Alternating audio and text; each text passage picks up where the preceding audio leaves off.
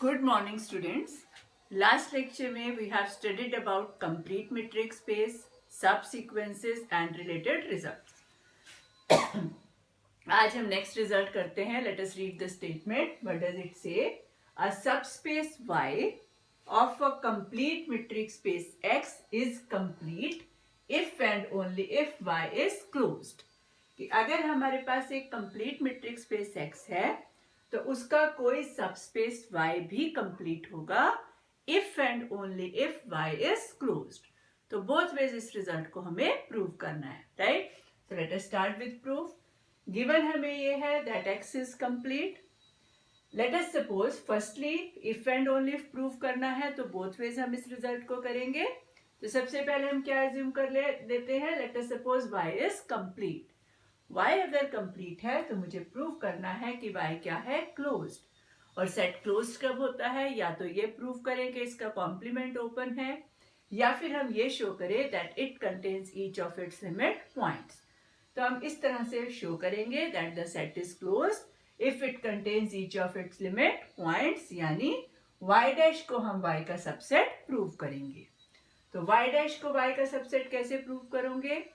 Take a element in Y dash and show that it belongs to Y. So let us start.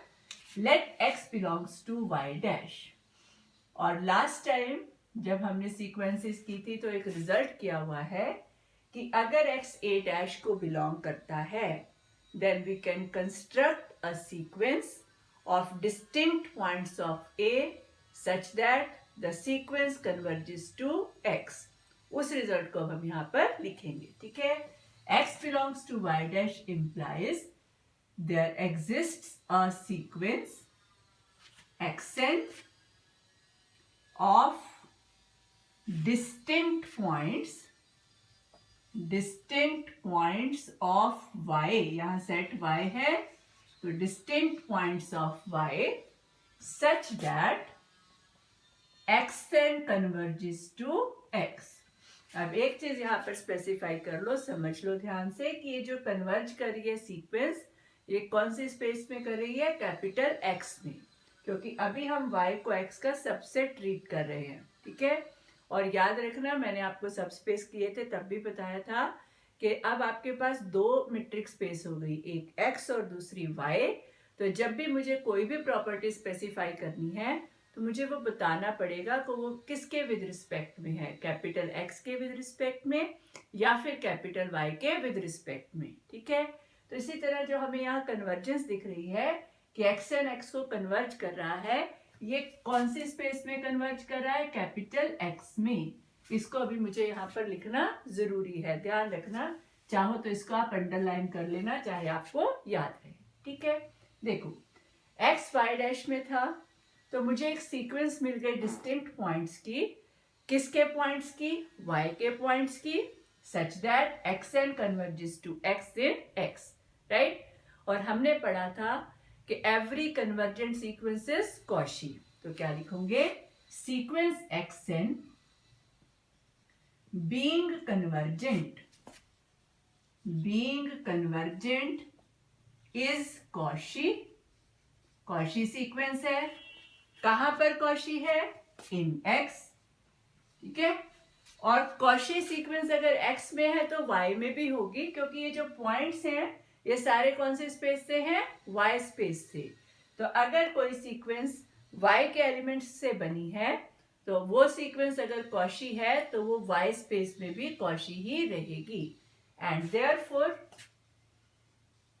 Xn is a Cauchy sequence in Y also. In Y, right? This is because Xn's they belongs to Y for every n. कि हमने जो sequence बनाई है क्योंकि Y के ही point से बनी हुई है, तो अगर वो सीक्वेंस कॉशी X में है तो Y में भी जरूर होगी. फाइन. Y लेकिन कैसा स्पेस है, कंप्लीट.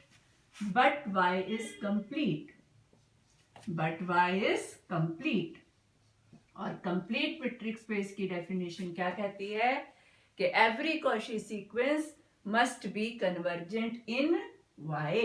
Y अगर कंप्लीट है तो y में हम कोई भी कॉची सीक्वेंस लें वो कन्वर्जेंट होगी। तो xn जो है कॉची सीक्वेंस y में है, तो xn कहाँ पर कन्वर्जेंट होगी? y में। Therefore sequence xn converges in y। और सीक्वेंस xn किस पॉइंट को कन्वर्ज कर रही है? x को। अगर xn सीक्वेंस y में कन्वर्ज कर रही है तो इसका मतलब है कि जिस पॉइंट पर सीक्वेंस कन्वर्ज करे that point must belong to y। ठीक है, and this implies that x belongs to y। ये तो मैंने आपको जब कॉची सीक्वेंस स्टडी की थी तो बताया था कि किसी स्पेस में हम सीक्वेंस को कब कन्वर्जेंट मानते हैं कि जिस पॉइंट पर सीक्वेंस कन्वर्ज कर रही है वो पॉइंट स्पेस को बिलोंग करना चाहिए। जैसे 1/n वाली एग्जांपल हमने ली थी कि 1/n सीक्वेंस 0 को कन्वर्ज करता है, बट 0 पॉइंट क्योंकि स्पेस में नहीं था तो उस स्पेस के विद रिस्पेक्ट में सीक्वेंस कन्वर्जेंट नहीं थी, राइट। तो अब हम कह रहे हैं कि xn सीक्वेंस y में कन्वर्ज कर रही है, और क्योंकि xn y में कन्वर्ज कर रही है तो जिस पॉइंट पर सीक्वेंस कन्वर्जेंट है that point must belong to y। ये देखो हमें प्रूव करना था। हमने एक पॉइंट लिया y डैश में और शो कर दिया पॉइंट कहाँ है? y में। And this means y dash is a subset of y, और this means that y is closed. यही हमें प्रूव करना था, हेंस प्रूव्ड। 1 में तो बिल्कुल सिंपल है कि अगर y कंप्लीट है तो y मस्ट बी क्लोज्ड। अब इसका कन्वर्स लिखते हैं। कन्वर्स में क्या चीज मुझे अब गिवन हो जाएगी कि y इज क्लोज्ड, और मुझे प्रूव ये करना होगा दैट y इज कंप्लीट। तो write down converse given x is complete and y is a closed subset of capital X. Y is a closed subset of capital X. लिखो इसे।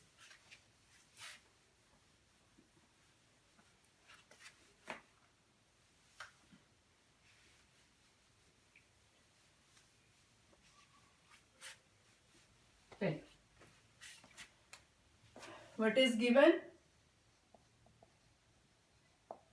Y is a closed subset of a complete metric space of a complete metric space X। ठीक है, that is क्योंकि y closed है तो y dash is a subset of y। हमें prove क्या करना है? y is complete. तो स्पेस को कंप्लीट अगर प्रूव करना है तो मेरा काम होगा कि हम ये शो करें कि अगर स्पेस में हम कोई भी कॉची सीक्वेंस लेंगे that is convergent. Fine, let us write let xn be a Cauchy sequence. लेट xn be a Cauchy sequence in capital Y। ठीक है, और y किसका सबसेट है? x का, and y is a subset of x। तो इसका मीनिंग क्या हुआ कि ये जो सीक्वेंस अगर y में कॉची है तो x में भी क्या है? कॉची। x है कंप्लीट, तो इसका मतलब ये सीक्वेंस कन्वर्ज करेगी कहां पर? कैपिटल X में। क्या लिखेंगे?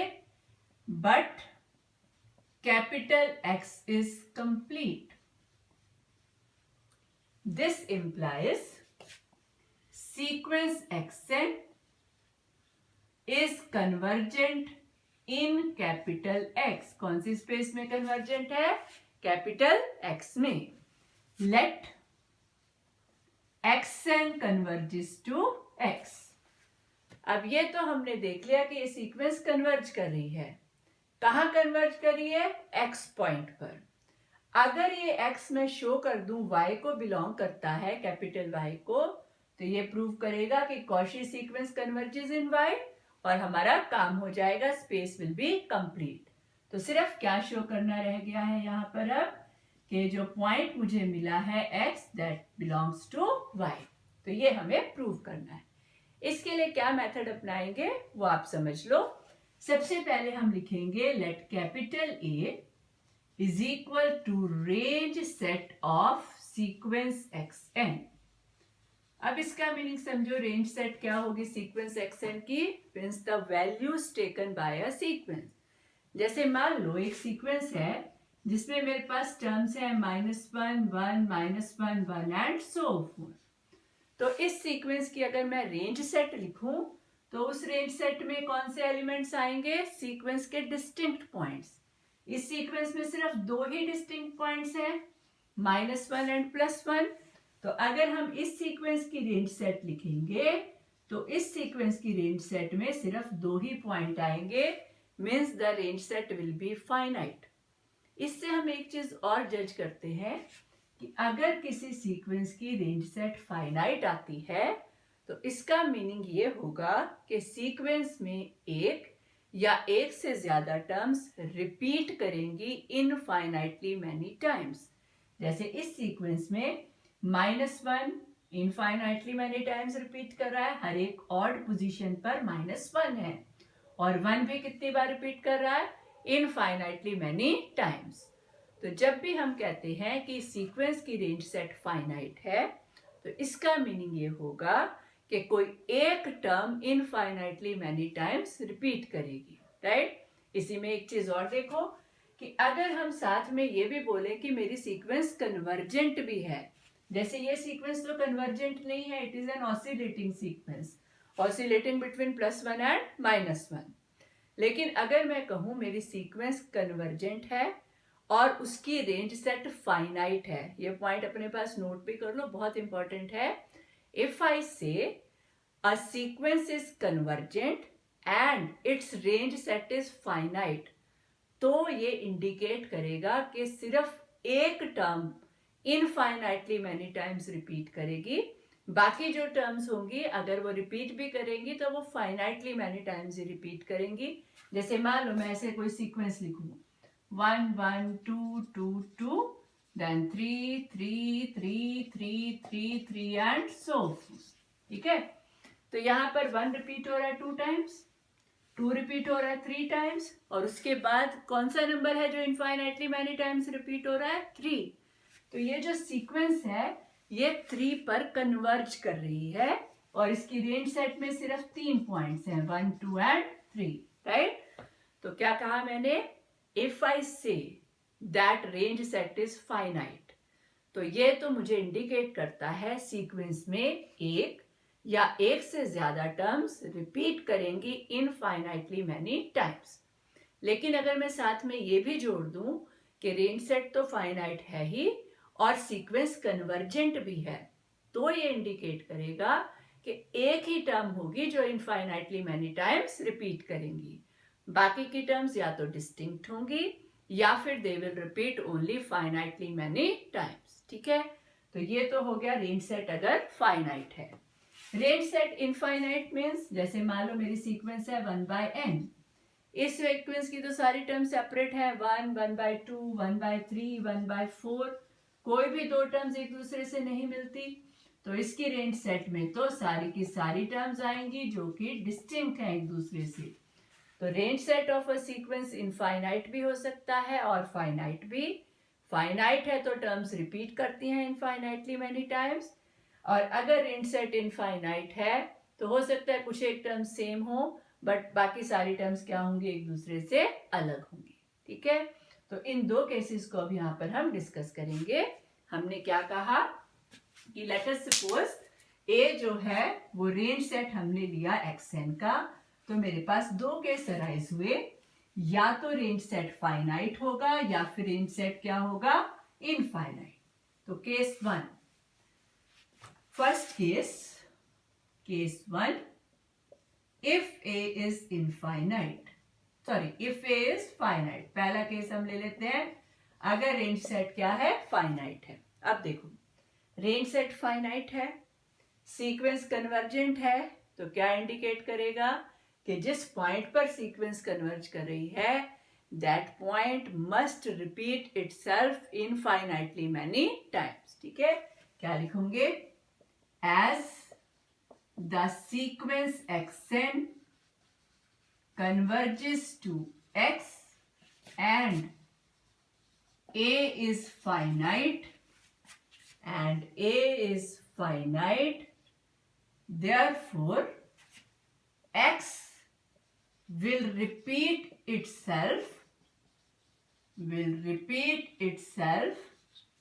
infinitely many times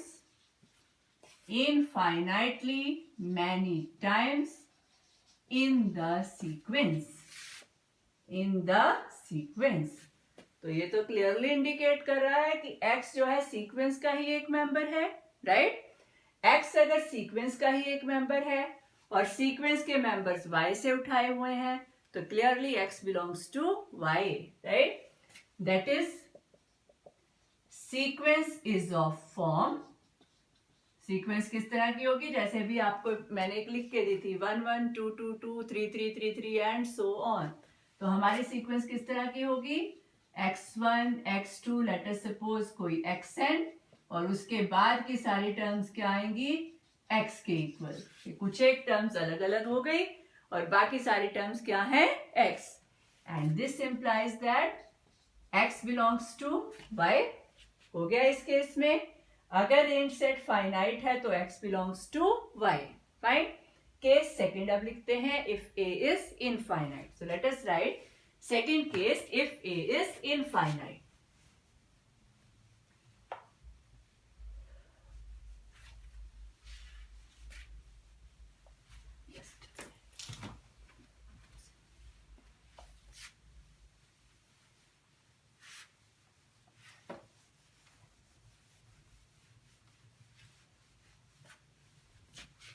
See here. Case second, if A is infinite. A infinite होने का मीनिंग क्या हुआ कि जो सीक्वेंस की काफी सारी टर्म्स हैं वो सारी की सारी टर्म्स कैसी हैं? डिस्टिंक्ट हैं, राइट? तो अब हम कन्वर्जेंस की डेफिनेशन यहां पर यूज करेंगे. We have xn converges to x. तो कन्वर्जेंस की डेफिनेशन कहती है this implies for given epsilon positive there exists a positive integer n not such that xn belong to sx epsilon for every n greater than और equal to n not. इसका मीनिंग क्या हुआ कि sx epsilon जो है that contains infinitely many terms of sequence xn. ठीक है? xn इस स्फीयर में है for every n greater than equal to n not. यानी इस सीक्वेंस की इनफाइनाइटली मैनी टर्म्स को कंटेन कर रहा है. And as such of A. क्योंकि सीक्वेंस की जो टर्म्स है वो उठा के हमने कहा रखी है रेंज सेट ए के अंदर. तो क्या हुआ कि sx epsilon infinitely many terms contain कर रहा है किसकी? ए की. And this holds for every epsilon positive. मैं एप्सिलॉन को कोई भी आर्बिट्रेरी वैल्यू दूं द रिजल्ट इज ट्रू. तो इसका मीनिंग हुआ कि every neighbourhood of x contains infinitely many points of a. और अगर ऐसा होता है तो x हो गया a का लिमिट पॉइंट. ठीक है? x क्या है? a का लिमिट पॉइंट. और a देखो, एक बात समझ लो ध्यान से. a बना है सीक्वेंस के पॉइंट से. सीक्वेंस के पॉइंट्स लिए हमने कैपिटल Y से. तो इनडायरेक्टली A किसका सबसेट है? कैपिटल Y का. तो A is a subset of capital Y. तो this means A dash will be A subset of Y dash. तो यहाँ क्या आएगा कि X अगर A डैश में है और A डैश सबसेट है Y डैश का, ये ब्रैकेट में लिख देना. तो means X belongs to Y dash. और हमें इस केस में दिया गया था कि y क्लोज्ड है. y क्लोज्ड है तो y डैश किसका सबसेट है? y का. This is given. ब्रैकेट में लिख देना गिवन. तो क्या आ गया यहां से भी कि x belongs to y, right?